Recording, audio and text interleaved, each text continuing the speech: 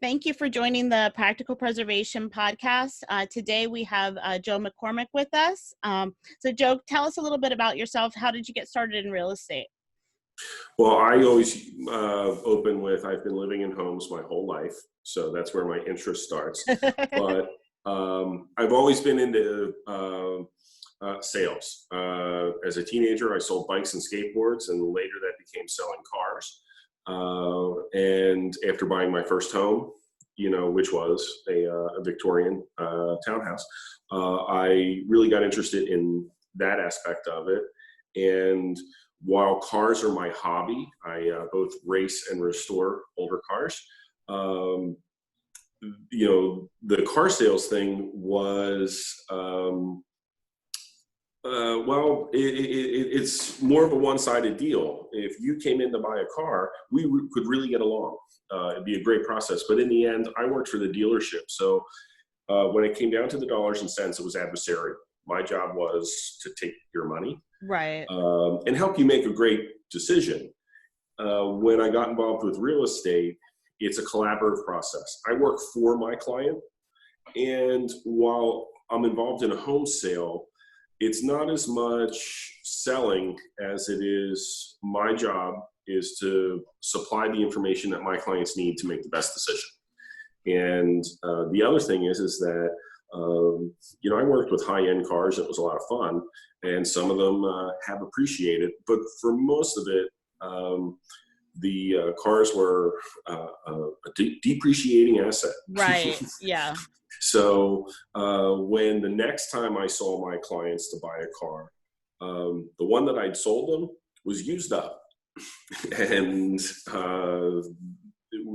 the nice thing about being in real estate for 15 years is I'm now doing transactions with folks that I sold homes to over a decade ago, and their life has changed. As a realtor, we come into people's lives at that crossroads. The family's getting bigger, or the family's getting smaller, or a job change or something like that. So we're always in the middle of that intersection, and I kind of look at it as we're guiding the traffic, trying to help facilitate. And what I find really rewarding about it is that I've helped positively contribute to a person or a family's future, in that I made some recommendations, and with their sound judgment, they acted. And when it comes time to sell or change properties, they've created equity. They've put themselves in a good position to move forward. Yeah, it's more of an investment than an asset. Usually, not always, but usually. Yeah. Yeah. Well, it can be. Well, just like we most of us need a car to get around. We all have to live somewhere. So for a certain amount, it's an expense, but it's also an experience in that, I was closing my balcony door. Sorry, the trash truck was outside. It's Monday morning. Not a problem. Where we live is part of our experience. And for the most part, all of us want a nice experience. And I'm kind of that way. I have always gravitated towards older homes because I found them more interesting, because they tell a story. I always imagine, my home is a stone colonial farmhouse built around 1810. I've traced the deeds back to 1760 as a contiguous part of land, and from 1760 to the mid 1960s, it was 127 acres, and it was before being broken up into a subdivision. It most recently was a turkey farm, and so I learned all kinds of neat things about it. Right, and learning that connection to people in place and the past, I think, is what connects people to older homes. I don't know if you find that with your clients. Yeah, and it doesn't necessarily. I mean, everyone has this romantic idea that George Washington slept here or something. So that may not be the case, but lives happened here. Yes. And if you're doing some of the work on some of these older homes yourself, you discover some of that. In my first home, I peeled back old wallpaper, and I found a handwritten message from 1910. Yes. And when we went to paint, we made a frame and glued it to the wall, where it wasn't painted, Right. where So that people can see was, it. Yeah. simply because, I thought that was interesting. Someone else, who later bought the home may have taken that down and painted over it. That's their choice. But I wanted to preserve the fact that, John Smith or whoever it was there. They didn't leave a name. They just, Right. wrote the date, Yeah. which I, found interesting. In my current home, there is a love message with initials carved into the third floor step. And I even went on Ancestry.com to look through the families that had owned the home to see, and I've identified the son of one of the owners with those initials. However, he didn't marry that person. Oh, no. or so far, I haven't been able to determine that. So the wood carving graffiti lasted much longer than the relationship. Yes. Well, So, the more I learn about history and people, I'm pretty sure people have been the same pretty much for yes, forever. yes, absolutely. So, oh goodness. So when someone wants to buy an older home, like, do you have any tips for them? Do you have, is the process different? Like, talk to me about, like, if somebody comes to you and wants to buy an older home, what do you tell them? What do you caution them? Well, I always make the joke that in my own home, again, it goes back to setting expectations.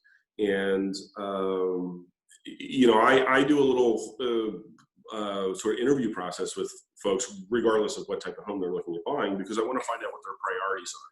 Right. So older home or not, you can buy an older home that someone just spent $1 million restoring, and it's perfect, and it's likely not going to need anything, for, the next 10 to 15 years in terms of heavy ticket items. Amount of time, yeah. But really what their maintenance threshold is.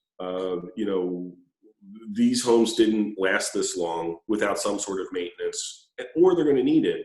And so really what any buyer needs for, in varying degrees, if you're buying a brand new townhouse, you probably don't need too much knowledge, because, it's pretty basic. Right. Whereas when you're looking at different eras of older homes, you're going to want to work with someone who understands the difference of what issues may arise, both positive and negative, from different periods, and be able to point out, okay, well, in this craftsman style home, this was common. Mm-hmm. Oh yes, these light fixtures, although they've been painted over, are likely brass underneath, the built-in fixtures or something like that.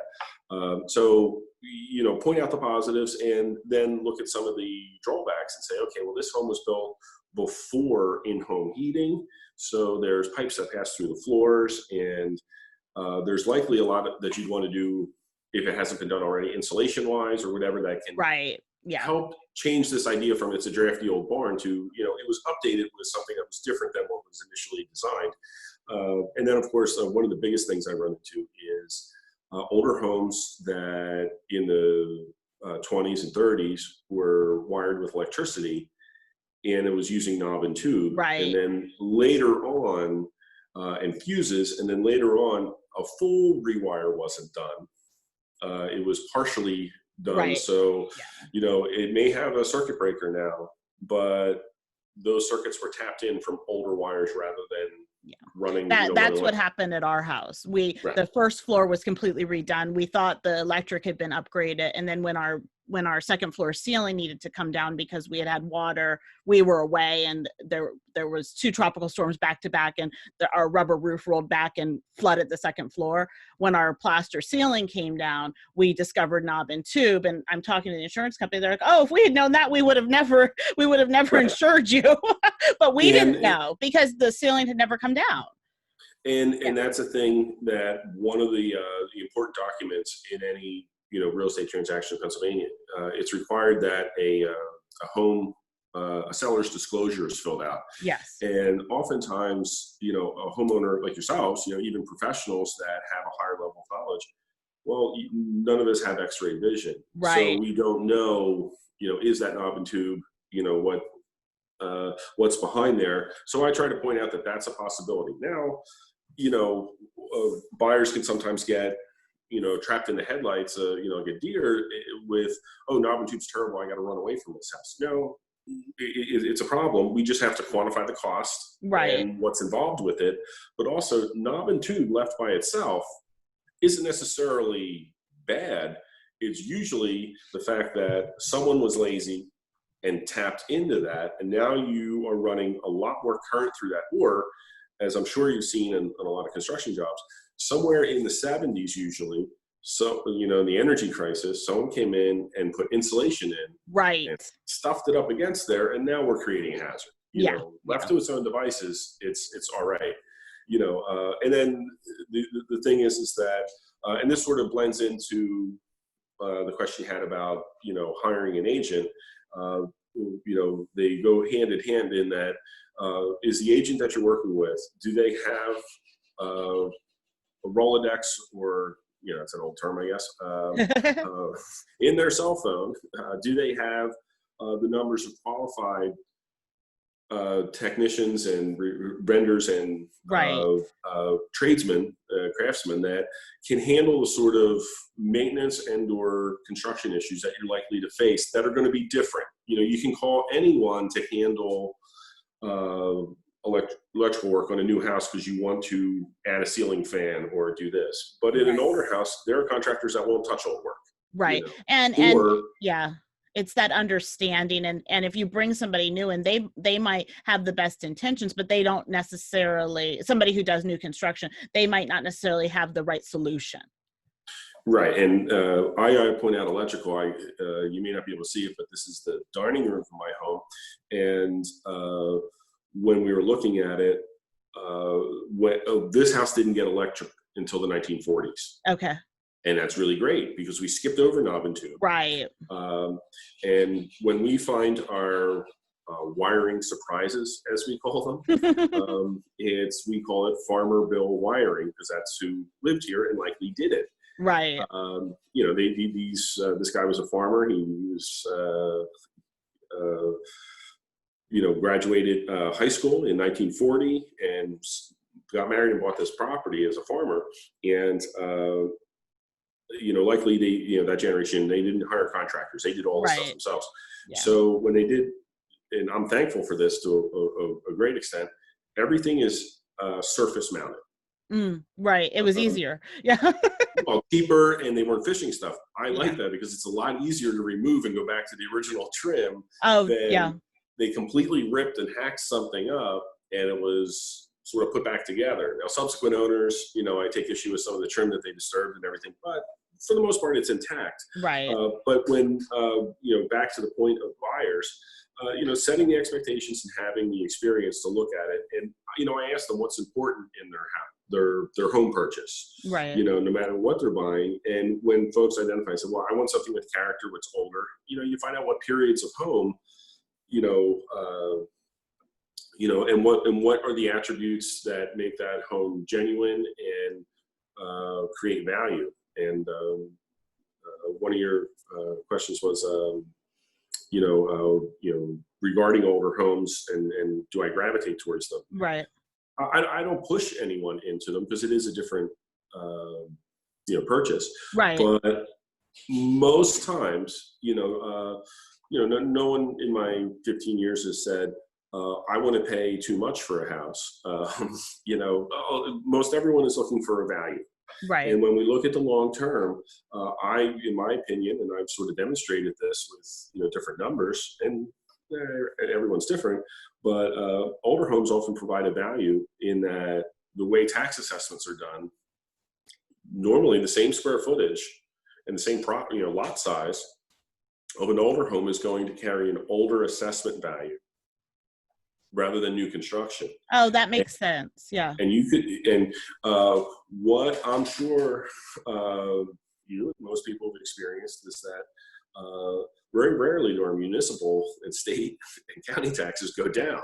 Right. They tend to trend up. So if we're starting with a low number, yeah, they may go up, but they're going to be pretty steady. And oftentimes, whereas our values in terms of the actual house purchase, they can go up and down, but oftentimes that number is pretty important because we divide the purchase number over 30 years, 360 mortgage payments.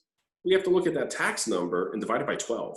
So it's a very, very impactful number in terms of fitting into someone's budget. And oftentimes, when we look at an older home with a lower assessment, we can provide value. I have 3 acres, and all of my neighbors have 1 acre lots. I have a bigger home than most of my neighbors. I pay lower taxes.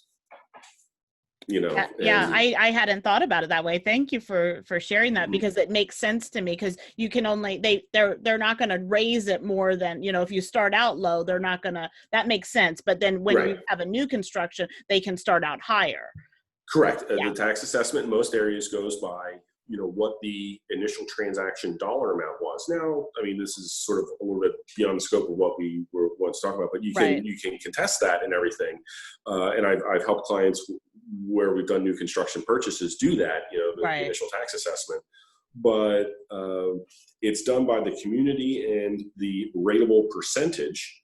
And for instance, in Delaware County, because I work in both Delaware and Chester County, a couple years ago, I helped the son of a friend buy a twin home. Gorgeous construction. I mean, really, top quality stuff. But it was a twin that was approaching $500,000. Right. If you had an older home across the street, that was $500,000. The tax bill might be $6,500 at most for the same square footage. The initial tax bill on this home was approaching $13,000. Oh my goodness! Yeah. So now we fought it. We got it down to just under $9,000. Which was great. And they knew this going in. We did the calculations and everything said, forecast for this. But the first year or two, it's going to be, you're going to have to pay this, and this is what the settlement costs, and you don't get the money back once it's going forward. Yeah. So that's an aspect, and I believe in other things. Again, going back to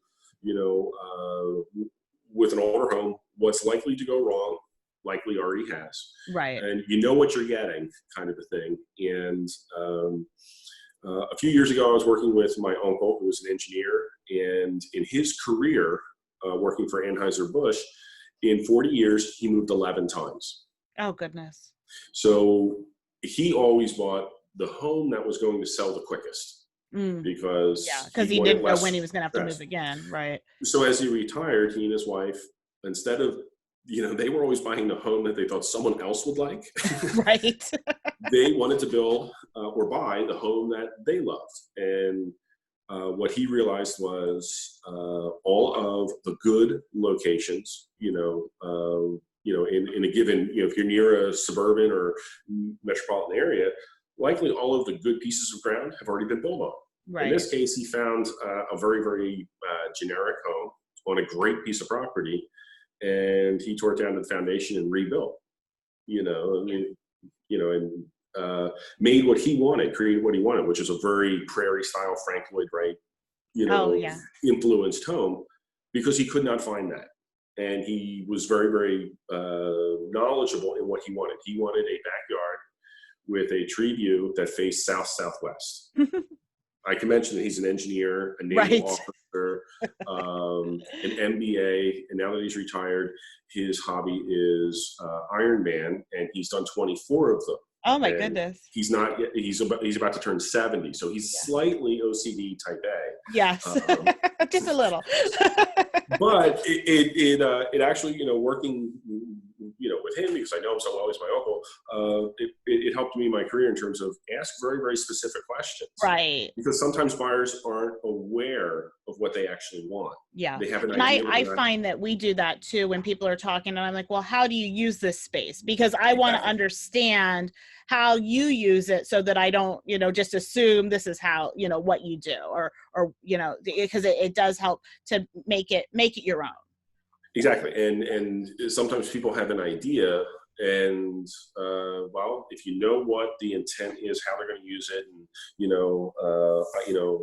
I want a place to drink my morning coffee and see nature. Well, it's a good idea if that's facing east. Right. Because otherwise you're not going to quite have the same experience. But, and people can relate that. And sometimes you find out, And I did this with a couple one time, this was the fourth transaction we had done together. So I thought I knew these people. I invited them to my wedding. They're good friends now. Yeah. And we were looking for their downsized home.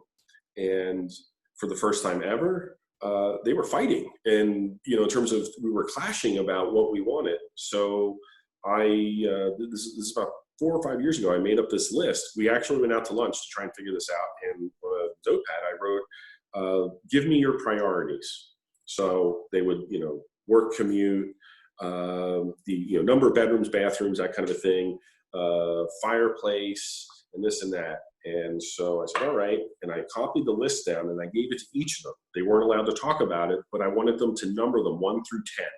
Oh, 1 being the highest priority and 10 being the least.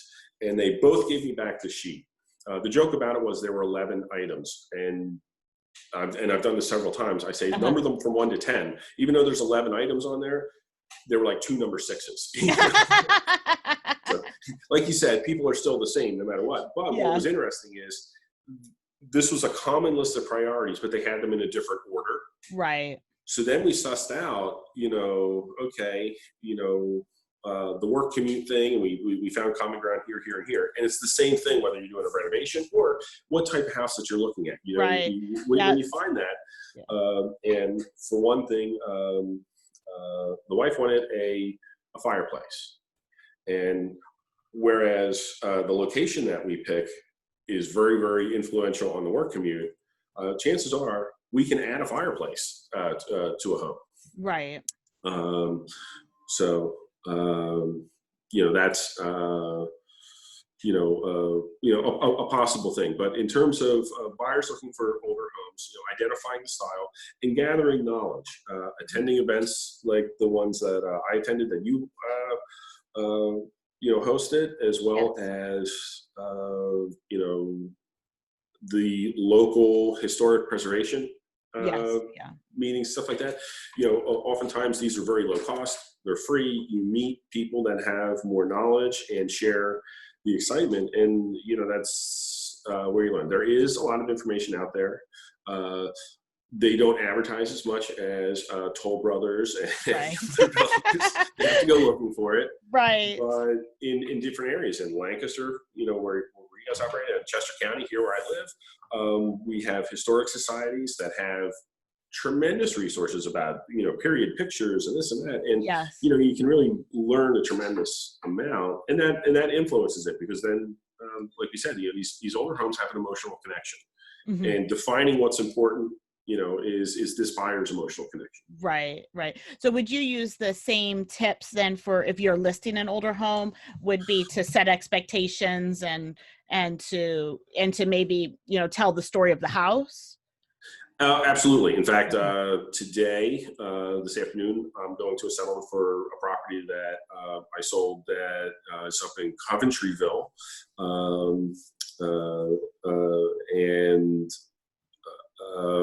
We listed that home, and it had some challenges because it was an older home. I'm 6'1", and in the attic, which was made into a bedroom, I can only stand up at the peak of the roof. Oh, goodness. And some of the staircases are narrow and stuff like that. Yeah. And what was funny is, we sold the house immediately and we had a multiple offer situation because we advertised it as what it was. We did not try to make it, appeal to everyone. Right. It's not going to be appropriate. So we, focused on, in both the description and the marketing materials on how we're going to do that. What I encourage folks to do, even maybe before they talk to a realtor, but a realtor is often the gateway to getting an appropriate inspector, is I encourage, having a qualified home inspector that's familiar with the type of home, whether it be colonial, Victorian, or whatever, and go through the home, because more than likely your buyer is going to have a home inspection. And like I said, 15 years of doing this, even with, say, my parents' property that was built in 1990, I had my parents do a home inspection ahead of time because they'd been in the house 20 years. Just a fresh set of eyes. Right. And It's kind of like, you know, a good attorney never asks a question in court that he or she doesn't know the answer to. Right. And why would you want a buyer to know more about your house than you do or your agent does? And so that way, if you have this home inspection, it doesn't mean you have to fix everything. It does mean that you have to address it. And the best way to address it would be to get a qualified contractor or two to give you estimates. So you're framing the scope of it. Real estate agents generally don't make good estimators. Right. And if an agent is walking through representing the buyer looking at your home, they're not necessarily motivated to sell that buyer your home. Right. They're motivated to sell that buyer a home. So if there's problems, well, gee, their inclination is to move to the next property. Right. Whereas if you are informing people, people love information. You know, crazy people hand out leaflets on the sidewalk, and we still somehow pick them up. And you know, we're not even interested. We'll read it oftentimes. But when you provide that information, and you know, people that have been, you know, they're not. They realize that likely with an older home, if you tell them that there's never anything wrong with it and it's completely perfect, well, they'll probably move on as suspect. Right. Because anyone that's been around the block, you know, knows that, you know, there's maintenance issues, and the older home is going to have, well, what we call character and experience. So when you're saying, here are the issues, and here's the path to solve them. One, you're complying with the state law, which is disclosure. Right. And also, you're putting yourself at a competitive advantage because, you know, you have to properly disclose, but also the buyer is able to see what they're buying more fully. Right. So and there's not surprises during that Correct. process. Yeah. And, you know, the process is that for the buyer to have a home inspection, you've already agreed on a price. Right. So if we agreed on this, you know, particular home price of $300,000, and then we find out that it needs $20,000 worth of work, unless it's an unbelievably overheated, intense market, right, that buyer doesn't want to pay $300 anymore. Right. They want you as the seller to participate, and then you're working on their schedule of the contract dates. So being able to get a contractor that will give you, you know, an accurate estimate. You know, of course, the buyer is always going to err on the high side, and as a Right. seller, you want to minimize that. So by having that home inspection done by a qualified inspector that understands old homes, and again, working with an agent that has the resources to know someone like you, or you know, tradespeople that can take care of this appropriately, at least to get an estimate, if not, and sometimes there's not money to do to do the work. Right. But there's equity in the home so that you can say, you know, this will be paid for at settlement. You can, Right. There's ways to bridge that gap. Yeah. And buyers are much more relaxed at that point in terms of, hey, this is an honest transaction. There's some issues with this house, but there is a path forward rather than the unknown. No one wants, you know, the unknown when making a several $100,000 purchase. Oh yeah. And it is a big purchase, and it's scary. I'm sure that there's a lot of hand holding. and that's exactly the time, you know, the X and Y meet from buyer's remorse. Buyer's remorse shows up the morning of the home inspection before it even begins. So, you know, so again, you know, as a seller, I want to be able to give my seller clients the best position to negotiate from. And that's a position of knowledge and strength, in that they take control of the situation by knowing what issues may come up. We've found a way around them, and you're putting it out there because that way all the buyers that aren't interested in that, they self-eliminate. Right. You don't even have to spend time showing the house and things to them. Right. Yeah. No one in the past 15 years hired me to almost go to sell. Right. We've all had enough practice signing our name on contracts. No one wants to do this as practice. They want a result. They want to be able, like I said, we get there in an intersection where people are moving on, literally and, you know, emotionally or whatever, and they want it done. This is the best way to do that. The other thing is that a lot of older homes, people do have history. about it. Yes. And Yeah. the home in Coventryville passed on through 3 or 4 different owners. I have a 3-inch thick 3-ring binder of all kinds of stuff about the local area. Even Oh, my yeah. own home had maps and stuff. One of the neat things that I got with my home was a pen and ink drawing done in 1952 by a local artist who happened to live down the road. And he was an amateur artist and an architect. And during World War II, he had been employed by the Parks Commission in Philadelphia to make drawings of prominent local historic, his name was Fletcher McNeil, and he did all of these drawings, both pen and ink and architectural style, in a proactive effort in that if any of these things, if we were experiencing bombing like the British had or something like that, they would want to take out symbolic targets like Independence Hall. And so he was doing drawings at Valley Forge and all kinds of stuff. Because he lived around the corner, it just so happened maybe he knew the farmer or whatever, he made this sketch. Well, that's that's invaluable. Yeah, exactly. It's as much as I am a numbers guy as a realtor, when I do investment rental real estate or investment flip real estate or something like that, this is my own home. This is my own experience, and I get a little bit romantic about it. And I overlooked the overwhelming amount of bamboo that's on this property, partly because I was still thinking about that history of the home. Yes. The carving in the step, the pen and ink painting from 60 years ago, like all part of that history, and that's that's what makes your home as an historic home interesting. And also, don't be afraid to show the people the receipts and upgrades that you've made. Oh, yes. Yeah. Everyone wants to talk about how expensive it is, to do work on a historic home. And yes, like I said, I can usually show where you can offset the cost elsewhere.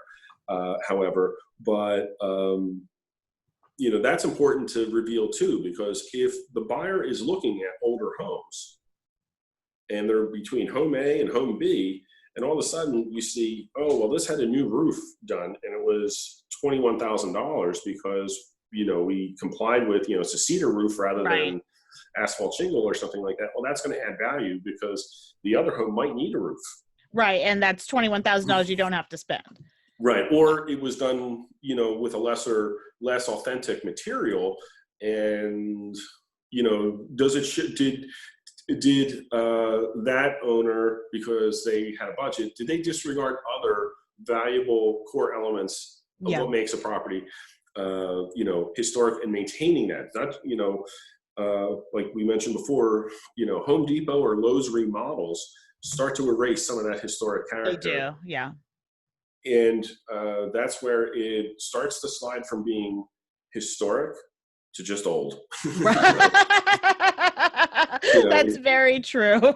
Historic implies that there's a special value to it. And I've learned that more and more as I serve on the West Whiteland Township Historical Commission. And, sometimes, we're all interested in preserving and the adaptive reuse of our historic properties. Unfortunately, sometimes they've been in continual use, and they've been altered so many times over the years that it might not be financially feasible, or sometimes too much of it has been damaged to bring back. And where do you go from there? Kind of a thing. So we try to encourage people. Let's keep the 6x6. Fenestration in the glass. Please don't, please consider using a traditional door sourced from a salvaged home rather than the fiberglass or steel, Lowe's special that's on sale this week. Right. Because once you take apart some of those elements, you are, in my opinion, and I'm trying to work with someone at the National Association of Realtors and the Pennsylvania Historic Conservation Network to come up with numbers to say, listen, when you do that, you're devaluing it. And I sometimes make the analogy, to cars. And if we had, a 57 Chevy, it's a car that people can sort of buy into, Right. in terms of everyone knows what it looks like. So it's a very classic 50s car. Well, if we put a modern CD player in the middle of the dashboard, yeah, it functions and everything, Right.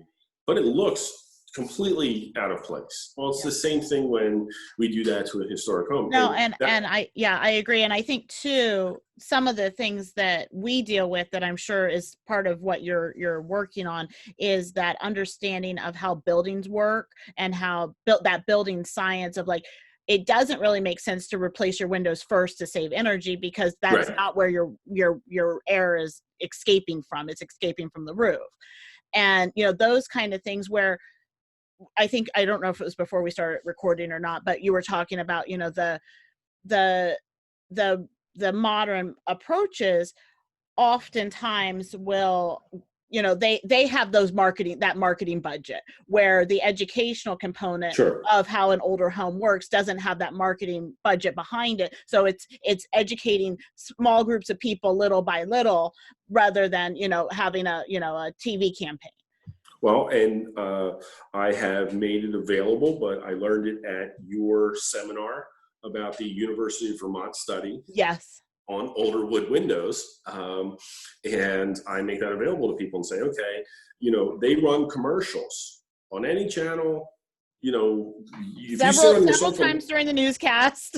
Right. If you sit on your couch for an hour and a half, you're guaranteed to see, some window company, and over the phone, they will practically quote you and have you apply for financing and all this other stuff. Whereas, there's the lobby for redoing historic sash windows isn't quite got that ad budget, right?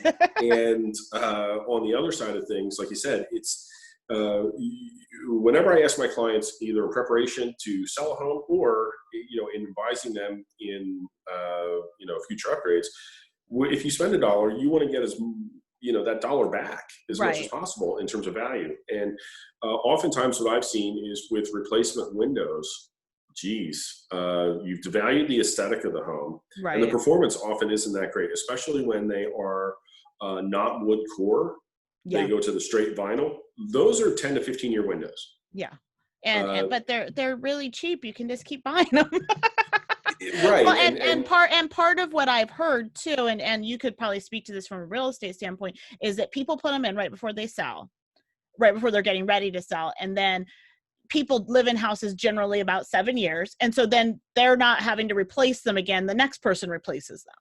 Correct. Yeah. And with a lot of things, we have moved to a either planned obsolescence or, disposable use society. Right. And I kind of laugh. One of the reasons I bought this house is because it had wavy glass panes. Oh, yes. Yeah. That was the intrinsic value. And one of the projects that I did on my own home that has helped me professionally was, like I said, I would make the joke that we were catching up on 200 years of deferred maintenance. And we needed to replace an oil boiler that was, 50 plus years old. Right. So it was inefficient and needed to go.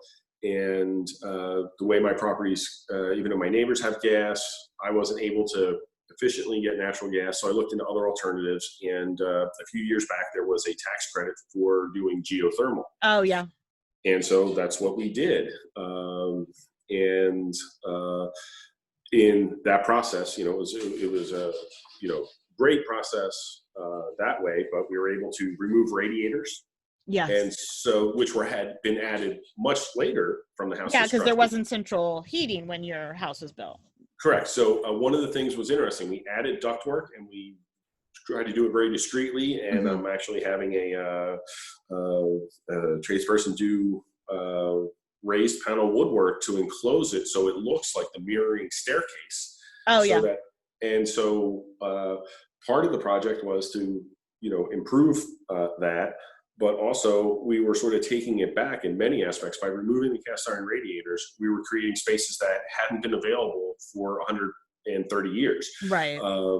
But the most important, and if I look at all the different things that we did, the geothermal was great, but in order to say, use our attic space rather than insulate in between, the second floor and the attic, Right. we decided to insulate the attic itself and make that potentially livable space. And the $3,500 I spent in insulating the attic, Mm-hmm. within an hour after they left, I had to lower the thermostat. Oh, I can believe it, because and that's building science. That's like basic Sure. building science, and the walls are a negative plane. So when they say that you're going to save 50% of the heating loss through your windows, that's 10%. So you're saving 5%. So you're never going to get the cost of Right. the windows back from heating. But if you insulate the attic, you definitely will. Well, I think I might have an advantage in describing this because I just point to my head, and I'm bald. And so when it's cold, I'm cold. Right. So the first thing you do is you put a wool hat on in the wintertime, and you're good. Yeah. And that's exactly what we did for the house. And that's where you get the best return for the dollar. And the side benefit is not only cheaper, it's significantly more effective, it's less invasive, and you keep the aesthetic, Right. the integrity Right. Yeah. of the home. Yeah. Okay. It's not as exciting. But exciting isn't good. Car crashes are exciting. Right. Well, and you can't keep selling people insulation over and over again. And Right. And from a mass production consumerism standpoint, that doesn't help. Correct. So therefore the insulation lobby, again, they host boring events. You have to bring your own food and alcohol. So. Oh, goodness. So do you have any tips for people to look for in a real estate agent, like things that you would recommend people to understand when they're looking for a realtor? Absolutely. There's a couple different classifications. The National Association of Realtors gets all excited when we say that being a realtor means that you're a member of the association. Okay. Generally, that's more focused on residential, although we do have commercial members. So anyone could be an agent or a realtor, and focus on many, many different things. I've got a good friend that focuses almost 100% on foreclosed properties, okay, and short sales. So there's several niches. Yeah. And he's so good at that I've had challenging deals, and I've actually referred them to him because you know what? It's more that client is going to get better service from him, right, than I'm going to be able to do. You don't want a podiatrist to do brain surgery. They're both doctors. Right. They're probably both excellent. But make sure that the agent that you get is familiar with what you're trying to do. So someone who is phenomenal with, is the top seller in your area or this or that. If you're looking at buying something that's a potential investment or rental property or multi-unit, that may be completely out of their depth. Right. Not a disservice to them or whatever. And so you're sort of, sometimes I make references back to cars. If we need to carry plywood, you probably shouldn't buy a Mini Cooper. Right. Or buy the Mini Cooper and rent an F-150. Right. But if you're carrying plywood every day, like let's get the tool to do the job. And I would say doing that with the realtor is important, that aspect. And the second thing is make sure it's a good fit. Mm-hmm. Oftentimes it seems that, and it doesn't help with like shows like that are on HGTV, where it positions the realtor as sort of the star of the show. And right. they're showing the client, 3 homes and make a decision out of these 3. Sorry. I don't want to show endless homes, but I want to use people's time correctly. And I believe in my buyer's contract and my listing contract when working with sellers, both of them, it states quite plainly that I work for them. They are hiring an agent. Right. So I'm an independent contractor, but I'm their employee. It's got to be a good fit. Hmm. And we have, as realtors, a fiduciary responsibility. And that means we must act in the client's interest over our own. And that's very, very important to me that, from an ethics standpoint, that people understand that, I'm not going to try to sell you on the home that's more expensive or pays a higher commission. We want to make sure that we're getting the home that meets your needs. Right. And not only in the price, but in the structure of the deal, and how it comes about. And is this a good fit for you? But you have to know that it's a good fit, agent-wise. Are they going to be able to help you by setting the correct expectations and working through the process? Yeah. Okay. And then are there anything that I know you've been in real estate for 15 years. Was there anything that you wish you knew when you started that you've learned or that you know now? Yeah, everything. Would have been Public confession time. Yes. One of the things I like about this business is everyone is just a little bit different, thankfully. And every house, even though it might be on the same block, the Right. same style, same built, the same year by the same builder, every house is a little bit different because we've all had these different experiences. And so that means that, every day I learn something new that going forward I can use to help my clients, both past and present, make a good decision. Yeah. And so it's the collective experience. I agree with that in my world too, because there's sometimes that you see a solution on a project that you're like, oh, that would have worked then. Not that what you did didn't work, but this is just a little bit of a better or a different approach. Sure, exactly. Yeah. A different set of eyes, a different, Yeah. a different set of circumstances, and possibly, when you're looking at, again, with some of those HGTV shows, there's the one where the guy just comes in and no matter what happens, he just rips on whatever contractor was there before. And Right. I've been showing homes where people say, oh, this was done. I said, well, but you don't know, how did this contractor find it? What was the budget constraint? The time Right. constraint? Yeah. They weren't necessarily bad tradesmen. It was just that This was the goal.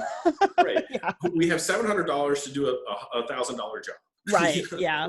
Yeah. And I try not to go through and complain or, say, oh, this was terrible. And recently we were called out in the past 6 weeks or so to figure out why a roof was leaking. And the roof was redone maybe 6 or 7 years ago. Jonathan got up on the roof. We're trying to figure it out. Here, it was completely done wrong. Like the flashing was done wrong. They left the old flashing. They had the drip edge behind the gutters. Everything that they could have done wrong, they did wrong. and I'm like, short of drilling a hole and draining it directly into the house. Yes, that's exactly what was happening. I said, this is a time I can't be diplomatic. Right. And it's the same thing, when looking for a contractor as a realtor. We're both vendors providing a service. Is their skill set and knowledge, appropriate for this job? Right. I mean, I've got contractors that are fantastic at doing this type work. Yeah. I've got a contractor that does primarily kitchens and bathrooms and flooring. He will not paint. He will not do, anything like that. And because he says, I'm not good at, this is where my specialty is. And I love that directness, because I know, and he knows where he's profitable, and he knows where he's successful, and he can do the best work, Yeah. I know a painter, she's got a crew in Delaware County. She's absolutely amazing, but oftentimes people want her to start doing, not prep work for painting. We're getting into sheetrock work and stuff like that. And she's like, no, I can tell you 3 people that will do it, but I don't do that because we want to get in and out and paint as quickly as possible, and with the best quality work. And so I think that's important. Sometimes the person that does everything, they just don't do any of it well. Right. Yeah. Yeah. And sometimes people don't know their limits, and that's when they're really scary. One thing I did want to touch on, as a realtor, I'm on one side, and then on the other side, being not only a historic homeowner, but on the historic commission, is there is a lot of bad information, and unfortunately some of it is spread by agents in terms of telling people to avoid a house that's on the National Historic Register, Okay. or is part of a historic preservation community or neighborhood. And this information is almost always available on that specific community or township website, or you can call the township and find out exactly.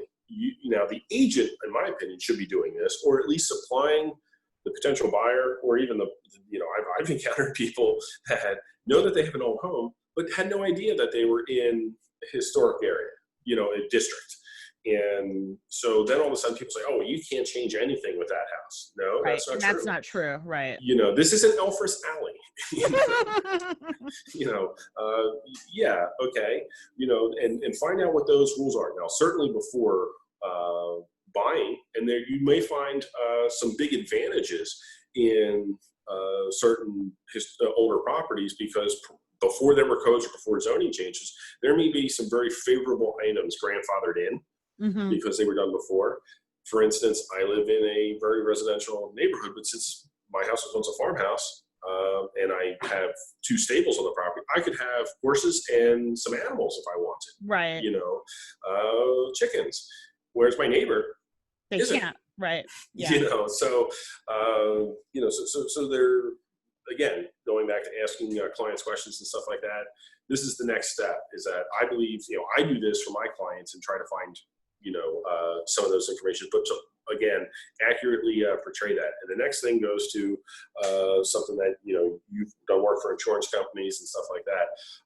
Historic homes, you should have a proper home owner's insurance valuation inspection. The cost of replacement is oftentimes more than what, slap and dash plywood or right. We don't see plywood anymore. We see OSB at best, construction, right. and, so we can't use that, cost of square foot sort of thing on that. You want to make sure that you're properly insured. Yeah. For replacement versus just repair. It might be more expensive, but for instance, having that evaluation, for instance, when I went from an oil furnace to the geothermal, my rates went down. Okay. There's significantly less risk of a fire. Oh yeah. In that, there's we're never going to have an oil leak in our basement or from our tank. And so you don't have that environmental exposure either. Sure. So, and that was something that I was shocked about myself, but hey, point it out, and you want to be properly compensated for the home in the event that there's damage. After a while, as you get older, you realize you've paid into insurance for a long, long time. Right. And more often than not, the way it works is that we pay more than we'll ever get back. Right. You just want to make sure that it feels fair. Good, but then you've never had anything major happen. Correct. That's why we pay it, and I'll keep paying it. But I want to make sure that we're just like any consumer would want to be, content in knowing that they're getting what they paid for, and that's appropriate. Yeah, I agree. Is there anything else that you can think of that you wanted to share? I think it's great. What I'm starting to see is a shift towards some neighborhoods and maybe houses that weren't. Not every old house is going to be Downton Abbey, Right. Or spectacular. Don't try to make it something that it isn't. But what I have seen is a lot of younger buyers are appreciating stuff that's authentic.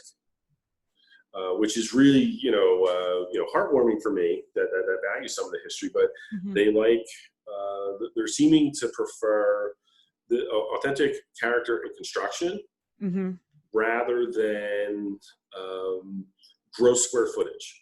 Right. So maybe that older craftsman home, that mid-century home, or even a Victorian era like row house or brick row home, okay, it's got smaller windows and on the facade and slightly smaller rooms. But once you step inside, you can, if you're creative and you've done research, you can really, connect the two times by doing some, Right.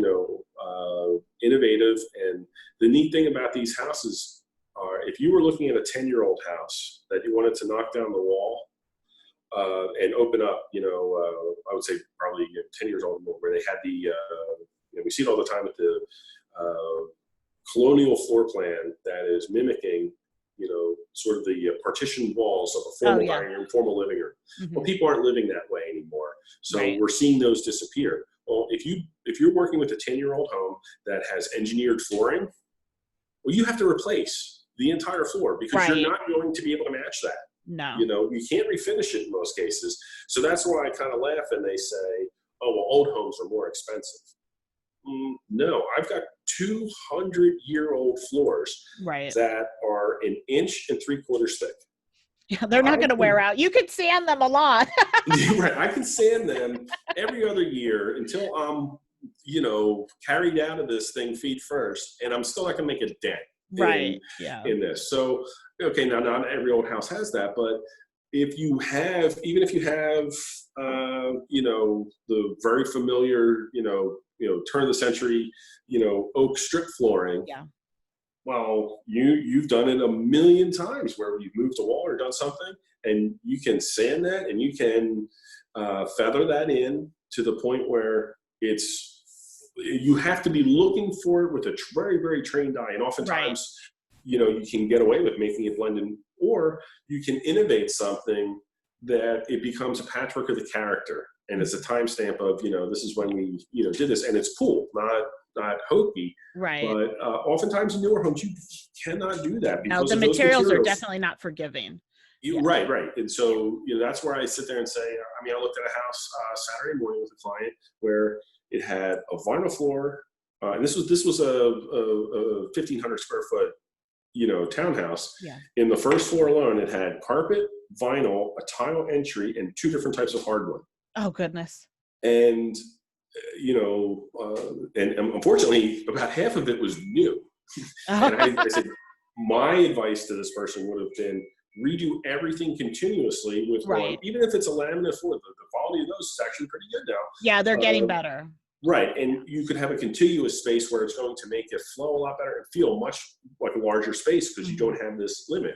Whereas with an older home, you can buy salvage materials. You can, there's so many great things, and that's almost a hobby in itself. And doing these things to your house. And I think, it's a way to personalize it. It's a way to do it. I guess I'm kind of a goofball in the sense that most kids played video games growing up. I didn't collect comic books. I read Auto Trader and Hot Rod Magazine when I was like 7. But one of my favorite shows on TV was This Old House. Yes. Yeah. Kind of thing, because I just thought it was now. Full disclosure, my parents restored a 1920s era colonial house, which was built on the site of an original farmhouse. So just like my house now, it had probably 18-inch thick stone walls. Oh, yeah. And had been adapted. We actually think it was a barn that had been converted to a house because the chimneys were done later, kind of a thing, looking back at it. But that was very, very interesting from that colonial revival period. The architect was pretty prominent, and it was a subdivision in the 30s, right before the 20s and the 30s, right before the Depression. And I just kind of laughed as I got into real estate when they would be talking about these new homes and the millwork and quality of construction. Oh, goodness. Like, where is it? I grew up in a neighborhood where they had inlaid and parquet floors and all kinds of stuff that it was just, built-ins and stuff like that. And so I value that. I think it's fantastic. And I love that we're starting to see some younger buyers value that again, rather than they're looking for individuality and uniqueness, rather than I want to have 4,000 square feet on a third of an acre, and I want it to look massive and have all kinds of space that I'm never going to use. Right. Well, and I was going to ask you that. Do you think it's kind of a backlash from the McMansions? Yeah, I do. I mean, in generally, some of the larger square foot homes that were popular, 15 to 20 years ago, um, it's kind of funny. Some of them are painful for people because that was just when I was getting started in real estate. And I remember I worked with a buyer that I met off the internet, and this was a single guy. He was making about $50,000 a year, and an internet bank that he had contacted had approved him for $400,000. Oh my goodness. And I'm trying to figure out, this does not make any sense. Well, sure, if you did an interest-only loan, Oh it yeah, would work. yeah, yeah. And I said, but I tried to explain to him, I said, okay, with an interest-only loan, you have the pride of ownership, but you're really renting the house. Right. You get to maintain it, you get to pay the taxes and everything, but you're not achieving paying down equity, the mortgage. Yeah.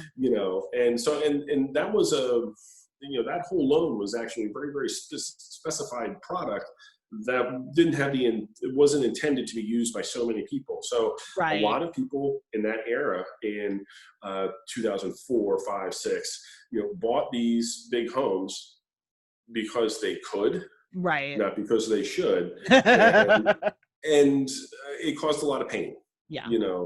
And so I think that's part of it. And people realized, well, one of the features I would see is that you would walk into these master bedrooms and they would have this sitting room before it, or they would have a bathroom that was 500 square feet.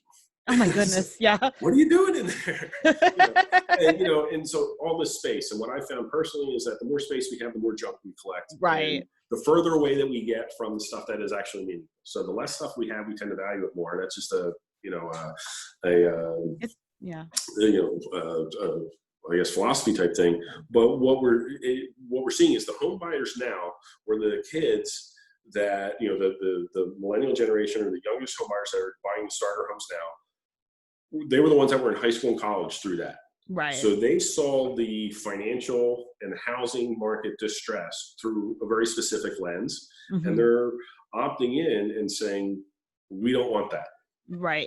We don't want gross consumerism. We're looking, for something. That's why communities are being gentrified, in the sense that if you have walkability to a park, to shopping, to restaurants, those homes are going to sell well, and that's a key element, that we identify with buyers. And then also, if you're a seller and your house has that, know that, publicize and exploit that. Yeah. That this is part of the experience. Highlight it. Yeah. Yeah. Okay, very good. And I know you said you serve Delaware and Chester County in Pennsylvania. How can our listeners contact you? My bat signal, like that, it isn't working well right now. But the easiest way is text or call on the phone. Okay. Area code 610-637-8598, or Joe at joemccormick.net. It always seems that my website, linked with my broker, or the national affiliation of RE/MAX, seems to always be under construction. And by the time I get it the way I want it, it's like time to update it again. And I've been meaning to do some different stuff. I'm inspired by your podcast and stuff thank you. to get a little bit more active with sharing some of that stuff. Even some of the stuff that I'm doing with my own house. And I recently made the acquaintance of a local guy who I believe has done a good amount to help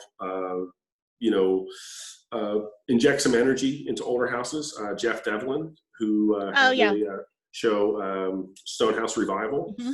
And Jeff's a neat guy, in that he is actually opened a new business here in Exton, at the Exton Mall, of all places, that specializes in teaching people how to do traditional woodworking methods. He's got a full modern wood shop, but he'll take you, with a drawing knife, and teach you how to hand hewn stuff, and do mortise and tenon joints with a combination of modern tools and old chisels and stuff like that, which I think is really cool, because he and I are talking about doing some different stuff where encouraging owners of older homes to be able to take classes with them to say, oh, I want to duplicate a piece of trim Right. rather than using that Home Depot stock.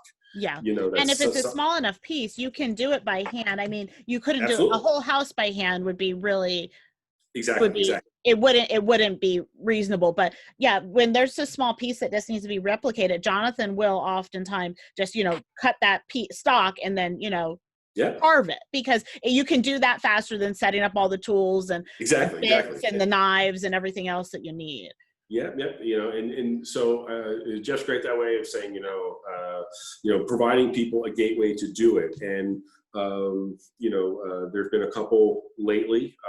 Borough of Westchester hosted one, and I think there's another one coming up on the Pennsylvania Historic Preservation Network about, educating people and giving them a hands-on on repairing, wood sash windows, right. whether they're weighted or not, which I think is great because people are going to attend that. And just like you said, if it's a small piece or if it's one window, a homeowner will tackle that themselves. Yeah. When it's beyond that, they're not necessarily going to, want to take on, it's like a full-time job doing right. it. But at least they have the appreciation for what's involved, and right. they will be able to identify good contractors like you guys that understand they're not doing this for the first time.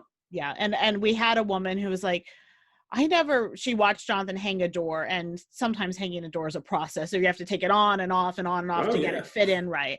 And she's like, I never realized how much work went into fitting a door. She's like, I appreciate what you do now so much more than I did. I didn't realize, all the work that went into it. Right. And I do think that people understand then once they can see it. And also some of that like lower skill stuff like window restoration, not that window restoration is low skill, but there's a lot of paint stripping and different things like that if a homeowner can do that, it saves a lot of money, and then you put your money towards something else that needs higher skill. Right, exactly. And when you guys come on a job, I'm sure that you're looking to an estimate. You're like, okay, can I present it? So if you do this work and I do this work, we sometimes do, because I have done my fair share of paint stripping, but if you have, especially if it's summertime, we'll say if you can get a college kid to come in, you can watch them, make sure they're careful. This can be their summer job, and then we can come in and do the repairs.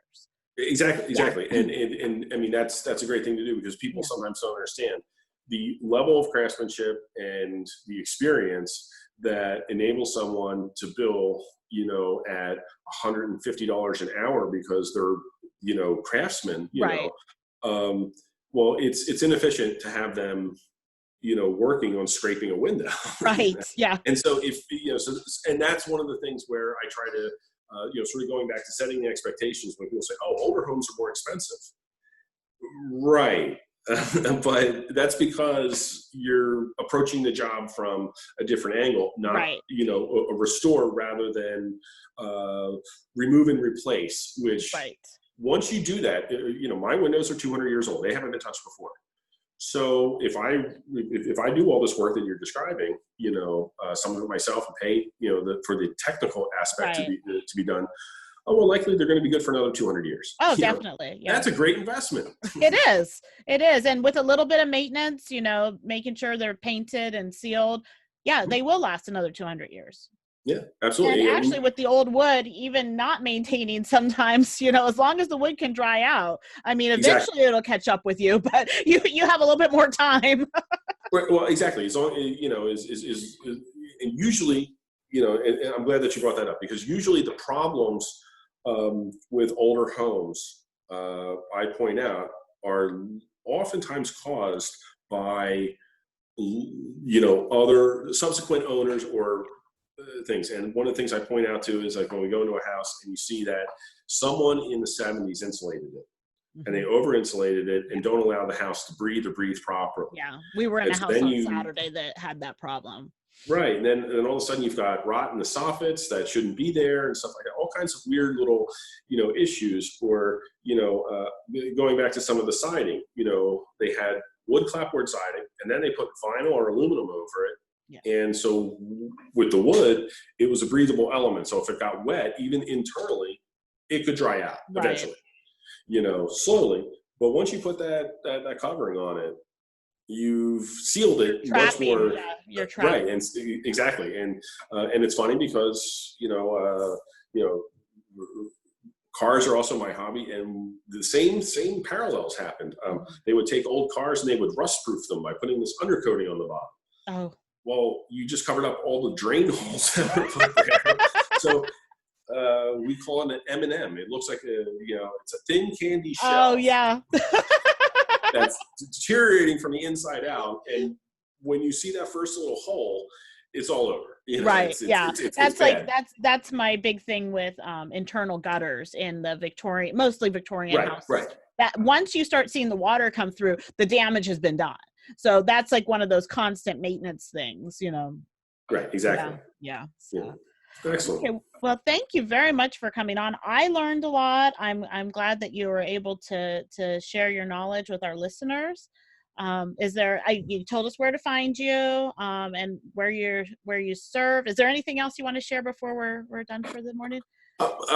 Please, people, educate yourselves. When Danielle hosts a seminar, attend it, because it's the last one in Lancaster was fantastic. A tour of the James Buchanan House was an added bonus. Yes. And you learn a lot, and certainly worth the time and every dollar that you would pay. But education is fantastic. You always learn something, and like I said, attending local historical commission or group meetings, and even volunteering to serve on those boards. It gives you a special appreciation for how zoning happens, the good and the bad, and you're at least giving your voice to your community, and that's important. A lot of there's a quote that's been attributed to a bunch of different people, but it's the only thing you need for evil to flourish is good. People do nothing. Right. I appropriated that for zoning. The only thing for evil, bad construction to happen is for good people to say nothing. Right. to not participate. Yeah. And so that's what enables historically viable properties to be torn down when they should be saved. Right. Because people didn't take the time to get involved, whether through social media or through things. Let's preserve our history. And I grew up in Delaware County and work in Chester County, and there is a pretty significant difference between the amount of and focus of preservation between the two, not only in historic properties but open space. And it's a shame to see old stuff right now. Right along the Franklin Mint property on Route 1, some historic homes were torn down, and they could have been saved. They could have been valuable, resources. Right. Yeah. And I do tell people too that, like, if you want to ensure preservation happens in your community, it's all done at the local level. The demolition is approved at local level, all of those things. So if you can work within your community to then write your zoning or work to when those reviews are being done, to say at least there needs to be a review of a process for demolition, or things like that's the way to really impact, because it's all done at the local township municipal level. And historic preservation is extremely green. It is. That is very true. If you look at what the energy would be to tear down this old stone house, and then, even though these rocks came from the earth, then it'd be fill somewhere. The amount that it would take to rebuild something of its size, is a huge carbon footprint, where we can not only have something that's aesthetically pleasing and historically relevant, it can also provide good for the planet. Because you're never going to be able to get old growth wood like that's in these homes. No, that is very true. Yeah. That is reworkable, refinishable. It's I believe that's important too, and we should know where we came from. Yeah, I agree. Well, thank you very much. Have a great rest of your day. Absolutely.